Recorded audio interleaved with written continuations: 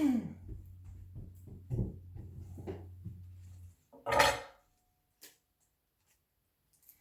guys, good morning. I am popping on here real quick before we start the official cooking show later because I am putting a pot of greens on, and I thought I would share about it and talk about it because every time that I buy greens at the grocery store, inevitably 2 or 3 people will ask me, what am I going to do with them? Because in Washington, getting greens, collard greens, is rare because it's not really made here. And a lot of times when they make it, it's not really how it should be made. So they don't really know what to do with them. So they're in right now, which is exciting. I love this time of year because there's lots of different things that you can get now that you can't get in the winter. So what I'm doing right now is I'm going to cook a combination of mustards and collard greens because I like mustards. They're my favorite, and Tony loves collards. They're his favorite, so I mix the two and it's a good combo. Mustards have a little bit more, obviously, of a bite to them because they're from mustard. And collards are super duper plain, and greens of any kind require a lot of flavor in order to make them taste good. And they have to boil for a really long time until they're tender because they're super hard. They're just tough is the word. They're tough. The mustard leaves, you can see these are, I washed these already, so they're super flexible and soft, but collard greens are not. So I'll show you the difference between them. Let me get a good one. So this is a mustard green right here, and I've already washed them, but hold on, let me show you a collard. So this is what a collard green looks like, and they can be smaller or bigger. They're somewhere in this, and these are really tough, and waxy kind of. I don't know if you can hear that. So they require a lot of boiling. And what I'm doing now is I'm cutting them off of the stems because some people do the stems. I'm not a fan of the stems. If you do the stems, you have to cook them for an incredibly long time, and you probably have to cook them in a pressure cooker in order to even get the stems to get soft. They're just super hard. I mean, look, they're really, really tough. So I just like to cut them up, or you can just tear them. It doesn't matter, but you want them to be in smaller pieces. And when you cook them, you want way more than you're gonna actually, you want way more than you think you're gonna eat, because they will melt down into basically nothing. So I can get out here a pack of, this is 2 packs of mustard, 3 packs of mustard and 2 packs of collards. And so this is my mustards that I wash, and I'm going to bring over the rest of them so you can actually see how much greens I have. So hold on. Let me see if I can do it without them falling. No, they're so wet still from washing them. Okay. There we go. This is my pile of wet greens. Let me see if you can see those on camera. That's a lot of greens, okay? So the other reason why you want to make a lot of greens is because they're very labor intensive in this part, because this just takes forever. I mean, I'm using a knife, but honestly, it's kind of just easier to rip them off like this and throw them in the pot. So here's our collard, and you just rip it off of this stem, rip them into little pieces, throw them in the pot. This pot is not going to be big enough at all. I may have to put these in a bigger pot to start them and then switch them into this pot. I don't know yet. The thing about greens also is that you have to wash them really, really good, especially if you are in a state that has a lot of sand in your soil. In Washington, we don't, so our greens are pretty clean when we get them, which is surprising. But if you have any type of sand, they're going to be incredibly sandy, and obviously these leaves will catch that sand and hold it. And so you will have done all of this work for nothing if you don't get all the sand and dirt off of them, because you'll just have a gritty pot of greens. And that is very heartbreaking when you've spent all this time and then you go to eat it and it's crunchy because of the sand. Blah, it's very gross. You only do that once, and then you make sure that you wash, and wash again. You know those like Organic Girl lettuces that you see that are triple washed? Like that's how you want to do your greens. So I'm going to continue on with this, put these in the pot. There's just like fried chicken and anything Southern, there's a bazillion ways to do it. And if you wanted to learn how to do them, you would just pick some recipes and start trying them. I'm going to use some chicken stock. Tony's sister was out here recently and she made some, and she used, what did she use, babe? Didn't she use chicken stock?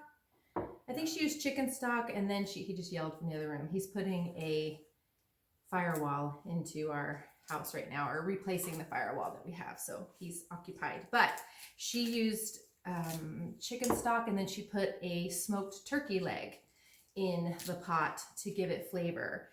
I always save our ham bones, so when we get like a big ham for Easter, or sometimes we'll just get a ham and eat off of it for a week. But that bone that you get, save that bone and the little bits that are on it, and then you throw that bone in there with it. You can also do that with a pot of beans as well, which I'll do one of these days. But you're going to put the chicken stock in, you're going to put some type of meat, or you can do them vegetarian. When I was doing vegetarian for a year, I just cooked them with salt and pepper, and that was about it. I mean, they were pretty bland, but the meat makes them have a little bit of flavor. Today, I have a ham bone. It's in the freezer, but I want to save it for a pot of beans. So I think I'm just going to put some bacon in it, or I'm going to just leave it and let it be how it is. We'll see. But see how this is, see how much I still have to go.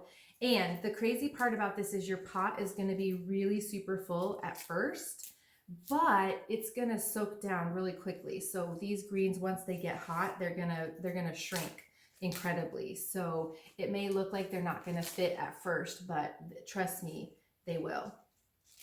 Am I forgetting anything, babe? Salt, pepper, and no, that's it. Salt and pepper, and that's it, other than what I've already said.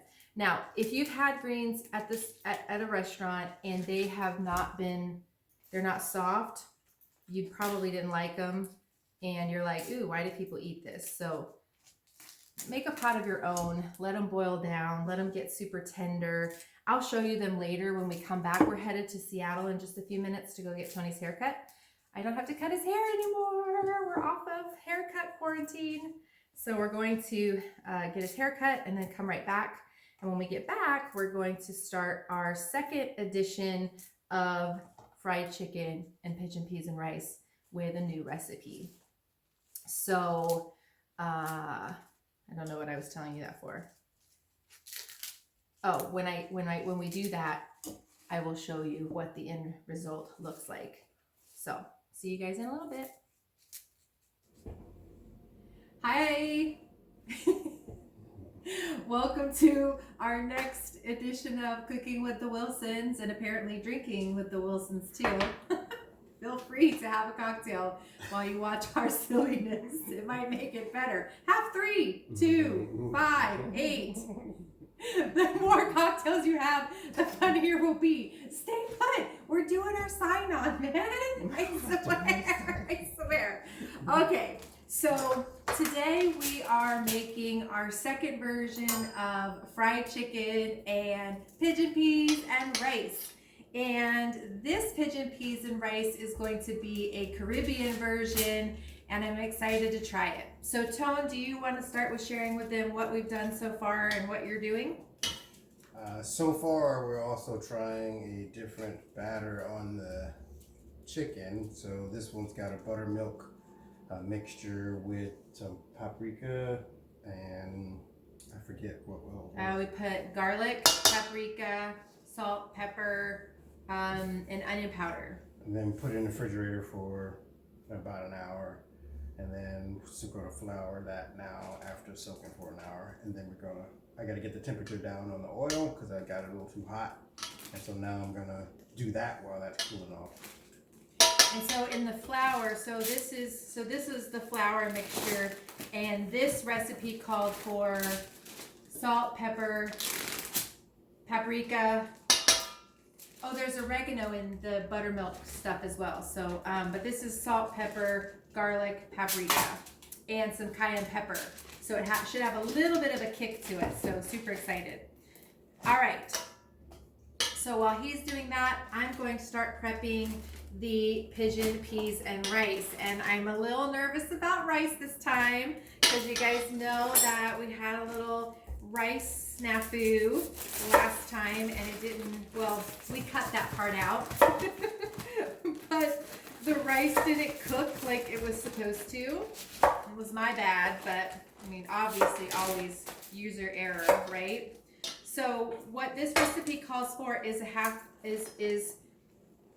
of an onion that we're gonna saute, and I'm not gonna use my fancy dancy chopper today. I'm just gonna chop it normal. But so we made the pigeon peas and rice last week, and those were actually Puerto Rican pigeon peas and rice, and that wasn't actually the pigeon peas and rice that Tony remembers from his childhood. So obviously, oops, dropped some onion. Cannot have onion around the dog, right? Anyway, so now we're going to try a different recipe to see if this one is closer to what he remembers as a kid. Now, what I will tell you is what a happy accident, coincidence, or whatever, because that pigeon peas and rice recipe from last week, we ate every single grain of rice from it, and I was actually sad when we did. Like, I would be happy to have that rice always in the refrigerator. Yeah, we just got to have it done this time. Well, yeah, I mean, we just got to cook it right this time. Yeah, it was pretty done. I mean, it was done enough. It's crunchy. It was a little crunchy, but it was still delicious. Oh my gosh. So I'm excited to try this one. This one's a little bit different because it is going to be made, apparently Mally has to go potty right in the middle of filming. My dog fiends going to the bathroom. Anybody else like this? So she pretends to have to go to the bathroom when we're cooking because she thinks that it ups her ability to maybe get a snack or to find out what we're doing. So yeah, doesn't work though. All right, I'm trying to figure out how to cut this onion because I cut it wrong, and so now I don't know how to do it. I'm trying to do it all fancy and it's not happening. So I'm gonna do it like this and be done with it. I'm sure you guys, your dogs do crazy things as well. Our little dog is, oh, here we go. This is how I wanted to do it. Our little dog is always on the lookout for either play or a treat. So I was just saying that she's faking having to go pee because we're cooking. All right. So obviously. The half thing you said yesterday. Oh, you did? Oh, okay. Oh, so she did get some food. She got fed a little bit. Okay. So anyway, this pigeon peas and rice is going to be, the rice is going to be in a coconut milk base, which sounds super yummy. And then I did not have pigeon peas because I know Donnell said I could come over and get pigeon peas whenever I want, but at some point she's going to be like, look, lady, you better find a market that has pigeon peas because you're eating all my pigeon peas. So we don't have pigeon peas today. We are using I think that is enough onion. We are using black-eyed peas today, which, didn't you say that was basically what they used? I mean, when you had pigeon peas, did they use actual pigeon peas? Yeah. They did? Yeah. Okay. Black-eyed peas and rice was a separate dish. Well, today it's going to be the peas that we're using for pigeon peas until I can find out where the heck these mysterious pigeon peas live and what store. Last week I said that you could go to Hispanic market. I just have to get to the Hispanic market. Right now I'm trying to, as probably as most of you are doing, and if you're not, but most of us are trying to still not go out any more than we have to, because, you know, we still have COVID going on. It's still a possibility that you could get sick or pass it or whatever. And so I'm trying to just go to the store, just to one store, and not be out gallivanting around at all these different stores. And this week we're not using half coconut oil. We're using all Crisco all the time out of the traditional Crisco can. And we're gonna keep the Crisco because that's what our grandmas did. There was always, in a southern house, I don't know about other houses because we grew up southern, but in a southern house there was always a can of Crisco sitting on the stove that either, and it had, sometimes it would have Crisco oil in it, sometimes it would have bacon oil in it. There was a lot of bacon oil. We cook with a lot of bacon oil for stuff.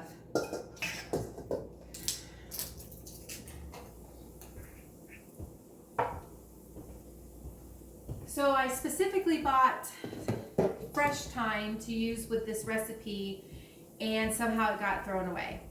And by somehow, I mean that Tony threw it away and won't tell me that he did. I'm pretty sure I accidentally threw it away. That's gonna be what happened, but it's nice to blame it on someone else. So the onions are translucent, so now I'm gonna put in the thyme and the garlic. Ooh, it's gonna smell so good. So, whoops. Okay, so now we're just gonna put everything else in there. So I've got 2.5 cups of water. Whoop, whoop. I've got 1 cup of coconut milk.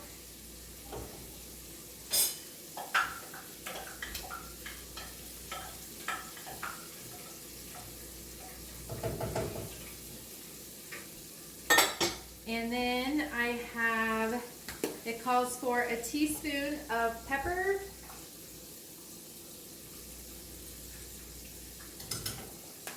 And a 1/2 teaspoon of salt.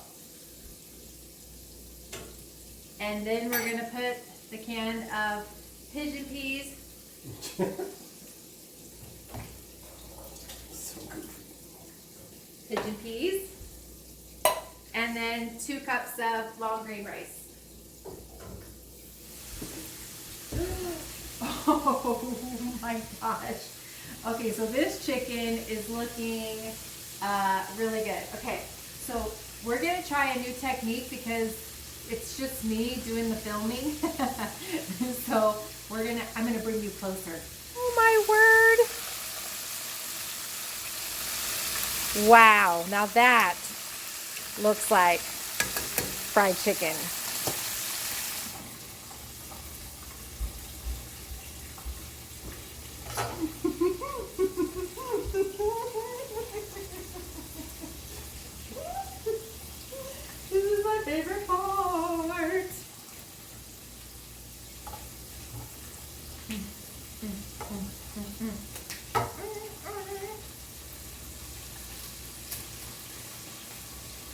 Cooked perfectly. Oh my. And it is steaming. Steaming. Oh my gosh. Look at this. This is a perfect piece right here. They can't see it. Yes, they can. Ooh, hi.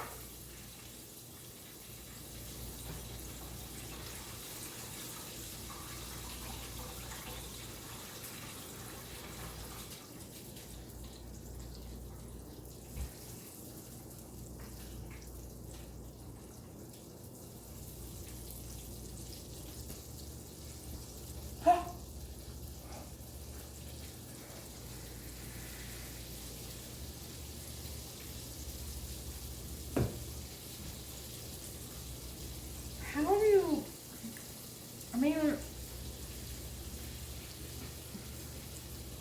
doesn't have enough flavor again. I mean, what is the point of the buttermilk anyway? All right, well, here's the crust, or the skin. It's perfectly crispy. Can you hear that? They can. I just need flavor. Well, you gotta over season it. You gotta way over season it because Yeah, it's pretty. it's kind of just bland. But if we could get the seasoning right, I really like this crust. It's enough crust, but the crust reminds me of like a Popeye's crust, where it kind of falls off like that, you know? But this is what it's looking like so far, but it needs to get fluffy. So, but I want to taste it and see how the rice is doing. I can smell the coconut. Oh my god, that rice is overcooked now. Okay, that happened to me last time when I don't like this rice as much as the other one. When I used coconut milk on a rice the other day, it overcooked the rice and it was greasy. And that's how this is. It's like greasy. I don't know why. But Donnell's rice is my favorite rice so far. I may have to make a pot of that later. One of the things that I wanted to share with you is this. This is my newest baby. Just came in this week. This is my Breville everything cooker, basically. It is a, what is it? A pressure cooker. A pressure cooker. It is a crock pot, slow cooker, a steamer. It does everything. It sautés. It's a one pot wonder. So today is my first day using it, and so I just shared with you guys earlier about putting together the greens and doing all the prep work for that. Inside this pot, this is what they look like. So they've been going in chicken broth, and then I put some garlic. And are you gonna bring them over? Oh, hey, you guys! So here it is. This is what they look like. So this is the pot of them. See how much? Look how much they boil down. Like, and so this is then what they look like. And some people chop them up more fine. I just ripped mine, remember? And so that's what it's gonna look like. And then you put them in a bowl and you eat them. I grew up eating greens with pickle juice, sweet pickle juice in it. Tony does it sometimes, but you didn't grow up with that, did you? Yeah, he didn't grow up with that. Hot sauce and hot sauce only. Hot sauce and hot sauce only. Well, they're so tender. Those mustards have that little bit of kind of bite to them. Just like a little, and then you put the pickle juice on it, which I'm going to show you. Pickles inside are spicy and sweet and amazing. And so that makes the sauce. Try not to make a mess, but just pour a little, because I'm going to have a lot in a little bit. You got to be careful with greens though, like, because this isn't your typical cooking show that you would see on Food Network or whatever other channels where they have to be censored. If you eat a lot of greens, don't have to go anywhere because they're gonna go through ya. And if you're not used to it, they're gonna clean it out. So greens are good for you. Oh, You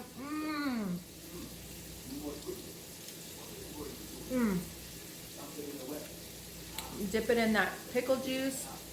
It's like sweet and tangy. It's so delicious. You guys got to make a pot. I know Tony's not participating with plating.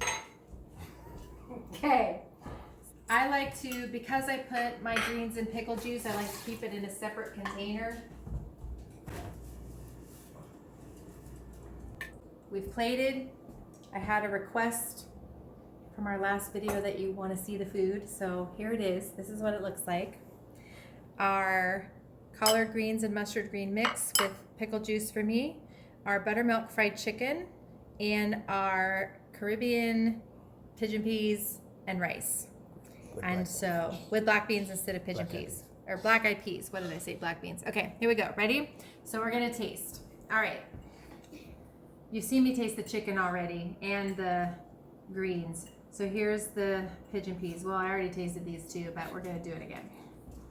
Let's see if they got any better. So, Okay.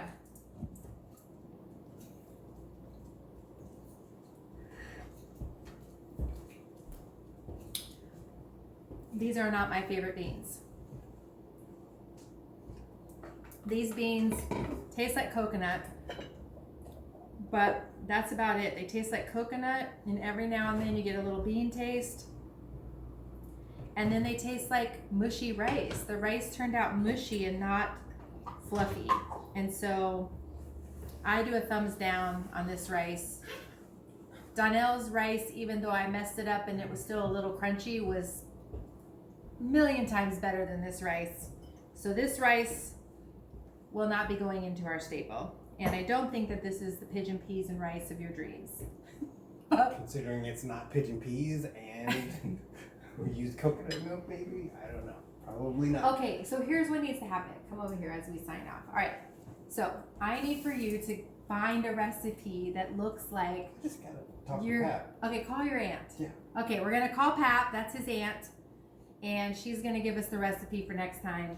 Which, why didn't we start there? I don't know. All right, so we're gonna go eat. Thanks for tuning in again. And we're still not quite there, but we're getting there. So see you guys later. Have a great week.